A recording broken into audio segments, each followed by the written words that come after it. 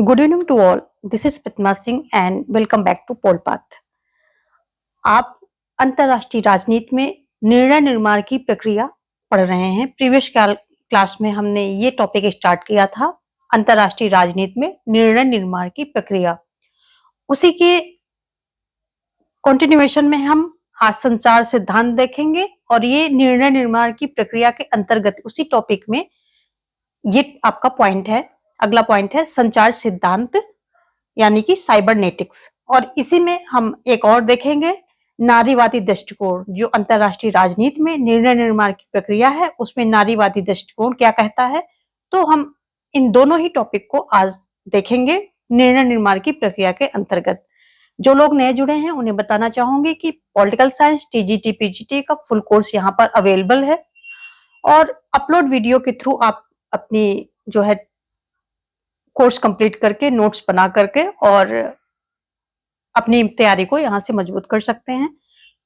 Course video playlist के नाम से एक प्लेलिस्ट लगी है डिस्क्रिप्शन में, आप उसे अवेल कर सकते हैं। साथ में बहुत सारी प्रैक्टिसेस भी लगी हुई हैं जिससे आप अपनी तैयारी पूरी कर सकते हैं पॉलिटिकल साइंस की।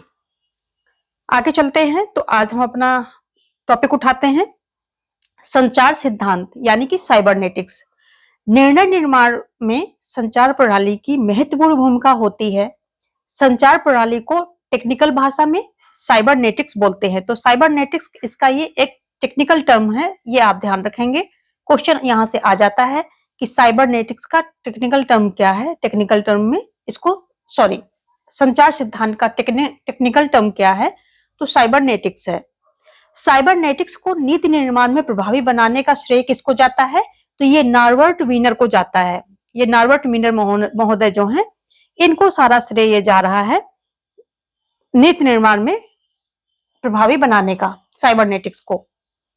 नॉर्बर्ट वीनर ने निर्णय निर्माण को साइबरनेटिक्स और फीडबैक सिस्टम के आधार पर विश्लेषित किया है। तो यहाँ पर इन्होंने दो आधार लिए हैं निर्णय निर्माण को विश्लेषित करने के लिए, एक साइबरनेटिक्स है और दूसरा फीडबैक सिस्टम है। दो आधार पर इन्होंने इसको क्या किया है कि विश्लेषित किया है। और अगर बात की जाए कि नॉर्बर्ट वीनर क्या है, तो ये एक अमेरिकी गणितज्ञ हैं। तो ये भी आप याद रखेंगे साथ में। जो पॉइंट यहाँ पर नोट डाउन नहीं है उनको आप नोट डाउन करते रहेंगे। मैंने बहुत ही जो वेरी वेरी इंपॉर्टेंट पॉइंट है वो यहाँ पर डाले हैं। बाकी मैं एक्सप्लेन कर रही हूँ तो मैं आपसे उम्मीद ये करूंगी कि आप पेन और पेपर लेकर के बैठे और वीडियो को पॉज करें और सारा एक्सप्लेनेशन आप नोट डाउन करें, अपनी नोट्स के रूप में उनको नोट्स बनाते रहें। आगे देखेंगे जो सभी प्रकार के संगठन पर प्रभावी नियंत्रण और सूचनाओं का आदान प्रदान ही संचार सिद्धांत की आधारशिला है। तो यदि हम बात करते हैं कि संचार सिद्धांत की आधारशिला क्या है, तो प्रभावी नियंत्रण, जितने प्रकार के संगठन हैं इन पर प्रभावी नियंत्रण और सूचनाओं का आदान प्रदान, ये दो चीजें जो हैं संचार प्रणाली का क्या है, ये आधारशिला मानी जाती है। अंतरराष्ट्रीय राजनीति में संचार सिद्धांत को लागू करने का श्रेय किसको जाता है, कार्ल ड्यूस को जाता है। साइबरनेटिक्स वह सिस्टम है जिसमें आधुनिकता सूचना तकनीकों एवं तंत्रों का समन्वय होता है। जो आधुनिक सूचना तकनीक होती है और सिस्टम होता है, इन सभी का समन्वय होता है क्या, साइबरनेटिक्स। इन सभी के समन्वय से साइबरनेटिक्स एक टर्म, टेक्निकल टर्म बनता है। यहाँ पर एक जो वीनर महोदय है, नॉर्बर्ट वीनर, इनका एक कोटेशन है, ये एक इनका डेफिनेशन है, वो आप नोट डाउन कर लेंगे। मैं इसको बोल रही हूँ। ये कहते हैं कि संचार प्रणाली सूचनाओं के माध्यम से आज और कल के बीच संबंध स्थापित करती है जिससे नीति निर्माण प्रभावी तरीके से हो सके। तो आप सभी ये किसका है, वीनर का डेफिनेशन है, इसको नोट डाउन कर लेंगे। तो इसको, ये जो साइबरनेटिक्स है ये वीनर के द्वारा लाया गया है। वीनर के द्वारा इसको क्या किया है कि ये जो निर्णय निर्माण की प्रक्रिया है इसमें इसको प्रभावी तरीके से अपनाया गया है। किसके द्वारा, वीनर के द्वारा। लेकिन यदि बात करें कि अंतरराष्ट्रीय राजनीति में संचार सिद्धांत को लागू करने का श्रेय किसे जाता है, तो वो कार्ल ड्यूस महोदय को जाएगा। आईपी में, अंतरराष्ट्रीय राजनीति में संचार सिद्धांत को लागू करने का श्रेय कार्ल ड्यूस को जाता है। तो यहाँ पर दोनों चीजों में अंतर है। जो ये नॉर्बर्ट विनर है, तो साइबरनेटिक्स को नीति निर्माण में प्रभावी बनाने का श्रेय इनको जाता है। जो नीति निर्माण की प्रक्रिया है उसमें साइबरनेटिक्स को इन्होंने प्रभावी बनाया, यानी प्रभावी तरीके से यूज किया और उसके प्रभाव को बढ़ाया। लेकिन अगर हम कार्ल ड्यूस की बात करें तो आईपी में यानी कि अंतरराष्ट्रीय राजनीति में संचार सिद्धांत को लागू करने का श्रेय कार्ल ड्यूस को जाता है। तो ये दोनों एक बारीक सा अंतर है जो कि अक्सर इस यहाँ पर लोग मिक्स कर देते हैं और क्वेश्चन गलत करके आ जाते हैं। तो इन दोनों में यहाँ पर मैंने डिफरेंट बता दिया है। इसको आप एक बार और देख लेंगे वीडियो पॉज करके, आगे पीछे करके, और ध्यान में रख लेंगे। ये आप मान के चलिए कि जितना आप जब कोई चीज पहली बार पढ़ रहे हैं, देख रहे हैं, जितना अधिक आप वहां फोकस रहेंगे उतना सही सटीक जानकारी और जल्दी से आप रिटेन करते हैं चीजों को। अदरवाइज अगर आप पहली बार में जो चीज स्किप करते हैं तो वो चीजें ज्यादा स्किप हो जाती है, क्योंकि फर्स्ट टाइम जिस तरह से हम उसको देखते हैं, जिस पर्सपेक्टिव में देखते हैं, तो ज्यादातर है कि हम दोबारा रिवीजन में क्या है फटाफट रिवाइज करते हैं, तो उस वही पर्सपेक्टिव हमारा बना रहता है। इसलिए कोई भी क्लास लें, किसी भी टीचर की लें, तो 100% फोकस के साथ लें ताकि आप सारी चीजें वहीं पर क्लियर कर दें। रटना रटाना बात की बात है, लेकिन जो पर्सपेक्टिव है उसका, जो जिस कॉन्टेक्स्ट में बात की जा रही है वो कॉन्टेक्स्ट आप उसको सीधा सीधा तुरंत ही रिटेन कर लें। चलिए आगे देखेंगे हम। तो अंतरराष्ट्रीय राजनीति में संचार सिद्धांत यानी कि साइबरनेटिक्स को लागू करने का श्रेय कार्ल ड्यूस को जाता है और इसको प्रभावी बनाने का श्रेय किसको जाता है? विनर महोदय को जाता है। कार्ल ड्यूस के अनुसार ये इनका एक डिफिनेशन है, ये भी आप एक नोट कर लेंगे। कार्ल ड्यूस का डेफिनेशन है कि आईपी में प्रक्रिया की समझ तब तक नहीं होती जब तक कि आधुनिकता सूचना संप्रेषण प्रभावी तरीके से नहीं होता है। जब तक आधुनिकतम सूचना संप्रेषण प्रभावी तरीके से नहीं होता है तब तक क्या होता है कि आईपी में प्रक्रिया की समझ विकसित नहीं होती है। ये इनका कोटेशन है। आईआर में केवल प्रमाणिक संचार स्रोत अपनी प्रभावी भूमिका अदा करते हैं। जो प्रमाणिक होते हैं, ऑथेंटिक होते हैं, आईआर में जो अंतरराष्ट्रीय रिलेशंस हैं, इंटरनेशनल रिलेशन में क्या होता है कि केवल प्रमाणिक संचार स्रोत अपनी प्रभावी भूमिका अदा करते हैं। जो ऑथेंटिक जो होते हैं, संचार के स्रोत होते हैं, रिसोर्सेज होते हैं, वही अपनी प्रभावी भूमिका अदा करते हैं, क्योंकि ये अंतरराष्ट्रीय संचार प्रतिमान के अनुरूप होते हैं, यानी कि जो उनके रूल्स और रेगुलेशन होते हैं उसके अनुसार अनुरूप ही ये बने होते हैं। आगे यह है कि संचार के क्षेत्र में कई क्रियाशील संरचनाएं होती हैं जिससे सूचना व्यवस्था में संचार का प्रभाव बना रहे।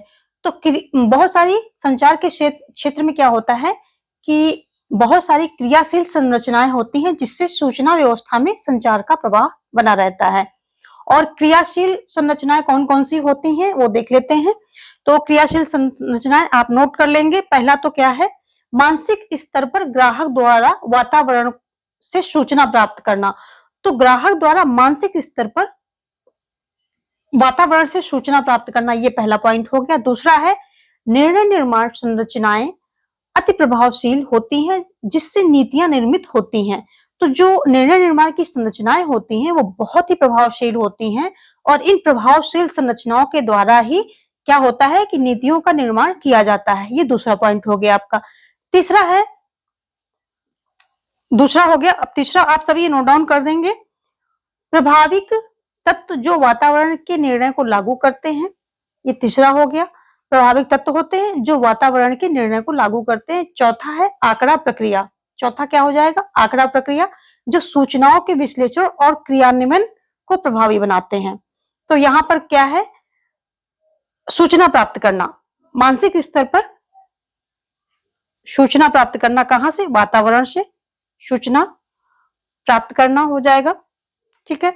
दूसरा हो जाएगा, ये जो संरचनाएं होती हैं बहुत ही प्रभावशील होती हैं और इन प्रभावशील जो संरचनाएं होती इनके द्वारा ही नीति निर्माण होता है। तो यहां आ जाएगा प्रभावशील संरचनाओं के द्वारा नीति निर्माण, ये होता है। तीसरा आ जाएगा प्रभाविक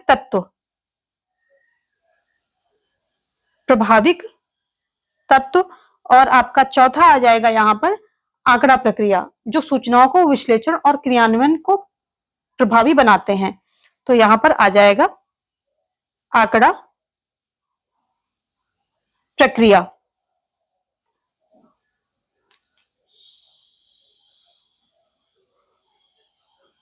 आंकड़ा प्रक्रिया।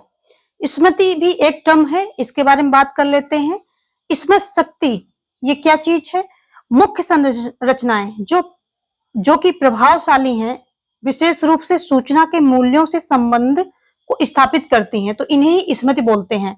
तो अगर टर्म आता है कि स्मृति क्या है या स्मृति शक्ति क्या है, तो ये वो संरचनाएं होती हैं, यानी कि ये मेन संरचनाएं होती हैं, बहुत ही जो प्रभावशाली संरचनाएं होती हैं, मुख्य संरचनाएं होती हैं, और ऐसी संरचनाएं होती हैं जो विशेष रूप से सूचना के मूल्यों से संबंध को स्थापित करती हैं, तो ये उसे स्मृति बोलते हैं।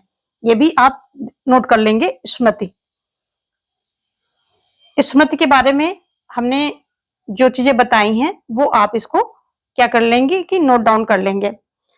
आगे देखेंगे हमारा नारीवादी दृष्टिकोण।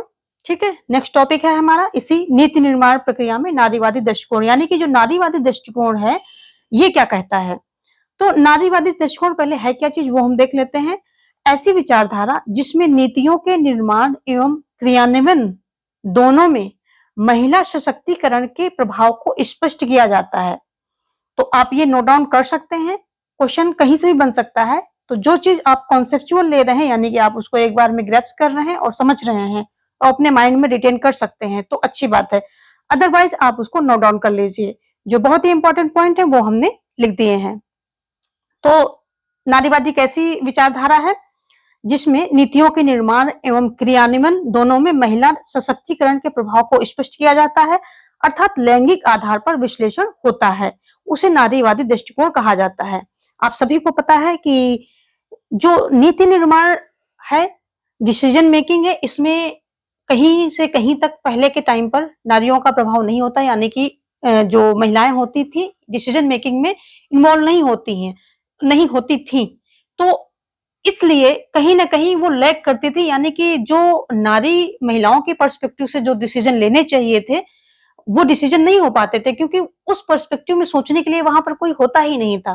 तो नारी एक, अगर हम सामान्य बात बहुत ही कॉमन लैंग्वेज में और बहुत ही इजी लैंग्वेज में समझने की कोशिश करें तो यही है कि जो नारीवादी दृष्टिकोण है वो महिलाओं के सशक्तिकरण की बात करता है और महिलाओं के दृष्टिकोण से सोच करके, महिलाओं के पर्सपेक्टिव से सोच करके उनकी प्रॉब्लम्स और उनके अधिकारों की बात करता है, इक्वलिटी की बात करता है, अगर हम बहुत ही कॉमन लैंग्वेज में बात करें तो। ठीक है, नेक्स्ट पॉइंट अगर इसमें देखें नारीवादी दृष्टिकोण में, अंतरराष्ट्रीय राजनीतिक व्यवस्था में नारीवादी सिद्धांत का निर्माण दो विचारकों ने किया है। तो अगर हम देखें कि जो मेन दो विचारक हैं तो कौन कौन से हैं, ये एक तो हो जाएंगे सिंथिया एनोल हो जाएंगे और दूसरे हो जाएंगे स्पाइक पीटरसन। तो ये जो नारीवादी सिद्धांत का निर्माण करने वाले ये दो विचारक हैं, मेन है। और अन्य अगर हम समर्थकों की बात करें कि अन्य समर्थक कौन कौन से हैं या अन्य विचारक कौन कौन है, तो सिंथिया एनोल जो तो है ही और स्पाइक पीटरसन भी हैं ही। इसके अलावा कौन है, गायत्री स्पाइक हो जाएंगे आपके और जाले वास्की हो जाएंगे, वस्की, ये दो अन्य समर्थकों के रूप में आ जाएंगे। ऐसा है कि अंतरराष्ट्रीय राजनीति में नीतियों के निर्माण तथा उसका विश्लेषण लैंगिक आधार पर करना, अर्थात महिला सशक्तिकरण की दृष्टि से लैंगिक आधार पर लैंगिक व्यवस्था के प्रति जागरूक करना नारीवादी सिद्धांत का मूल उद्देश्य है। ठीक है, नारीवादी दृष्टिकोण उत्तर आधुनिकतावाद से प्रभावित है। इस दृष्टिकोण ने निर्णय निर्माण में महिला भूमिका को रेखांकित किया है। तो ये जो नारीवादी दृष्टिकोण है ये किससे प्रभावित है, उत्तर आधुनिकतावाद से प्रभावित है। ये मेन पॉइंट है और हमने शायद यहाँ पर नहीं लिखा है तो इसको आप पक्का लिखेंगे कि जो नारीवादी दृष्टिकोण है ये उत्तर आधुनिकतावाद से प्रभावित है और इस दृष्टिकोण ने निर्णय निर्माण में महिला की भूमिका को रेखांकित किया है। इस दृष्टिकोण के अनुसार पुरुषों की बौद्धिकता आईपी यानी कि अंतरराष्ट्रीय राजनीति का मुख्य लक्षण रहा है, इसीलिए नीति निर्माण में महिला की उपेक्षा हुई है। जो नीति निर्माण की प्रक्रिया है और जो नीति डिसीजन मेकिंग होती है या जो नीतियां बनती हैं उसमें क्या हो जाता है कि महिलाओं की उपेक्षा होती, क्योंकि वहां पर सारे डिसीजन लेने वाले तो पुरुष बैठे होते हैं, वो महिलाओं के पर्सपेक्टिव से या महिलाओं के अधिकारों के लिए सोच ही नहीं पाते थे। तो जो नारीवादी विचारक हैं, इनका मेन उद्देश्य क्या है? तो इनका मेन उद्देश्य है आईआर में नारीवादी प्रतिमानों एवं मूल्यों को प्रभावी करना है। नारीवादी विचारकों का मुख्य उद्देश्य क्या है?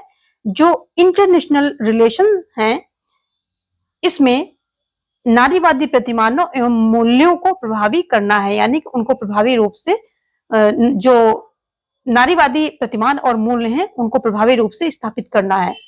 आईपी में, यानी कि जो इंटरनेशनल पॉलिटिक्स है, इसमें नारीवादी दृष्टिकोण लैंगिक आधार पर नारी के सृजनात्मक निर्णयों को प्रभावशील बनाना चाहता है। युद्ध में शांति, संघर्ष एवं सहयोग वे प्रक्रियाएं हैं जिससे महिलाएं सर्वाधिक प्रभावित हुई हैं। इसीलिए निर्णय निर्माण में यदि उन्हें प्रभावी भूमिका दी गई तो वो मतलब नारियां, जो महिलाएं हैं, अपने पर्सपेक्टिव में सोचकर डिसीजन मेकिंग होती है, यानी कि महिलाओं के पर्सपेक्टिव से भी डिसीजन मेकिंग होती है। अभी तक क्या था, डिसीजन मेकिंग में सारे पुरुष ही होते थे, लेकिन नारीवादी दृष्टिकोण के आने से, यानी कि जो ये नारीवादी दृष्टिकोण के समर्थक हैं, इन्होंने महिलाओं का भी डिसीजन मेकिंग में अहम रोल बताया है। और उसका अब जो है इन्हीं विचारकों या इन्हीं व्यक्तियों का एक प्रकार से प्रभाव कह सकते हैं आप, जो कि आज डिसीजन मेकिंग में महिलाएं इन्वॉल्व हो रही हैं और महिलाओं के पर्सपेक्टिव से डिसीजन मेकिंग की भी जा रही है, यानी कि उनके अधिकारों और उनकी इक्वालिटी और उनके बेनिफिट, हर चीज को ध्यान में रखते हुए डिसीजन मेकिंग हो रही, नीतियां बन रही हैं। और मैंने बहुत ही जो मेन इंपॉर्टेंट पॉइंट है वो ही लिखे हैं, बाकी जो मैंने एक्सप्लेन किया है, तो मैं आपसे यही उम्मीद करती हूँ कि आप उस सभी को नोट डाउन कर लेंगे अपनी लैंग्वेज में, शॉर्ट नोट्स के रूप में उसको लिखते चले जाएंगे, और ये आपको इन बिटवीन और बाद में एंड में भी और आगे भी कोई प्रिपरेशन करते हैं, क्योंकि ये चीजें तो कई सारे एग्जाम्स में आती हैं, तो कहीं भी आपको ये रिवीजन लेने में काम आएंगी। आज के लिए बस इतना ही। अगला टॉपिक हमारा होगा उत्तर आधुनिकतावादी दृष्टिकोण, ये हमारा नेक्स्ट टॉपिक होगा। और यदि ये क्लासेस आपको जरा भी यूजफुल लग रही हैं, आपको बेनिफिट दे रही हैं कहीं से कहीं तक, तो आप इनको लाइक, शेयर और सब्सक्राइब करना जो है बिल्कुल ना भूलें। आज के लिए बस इतना ही। Thanks for watching. जय हिंद, जय भारत।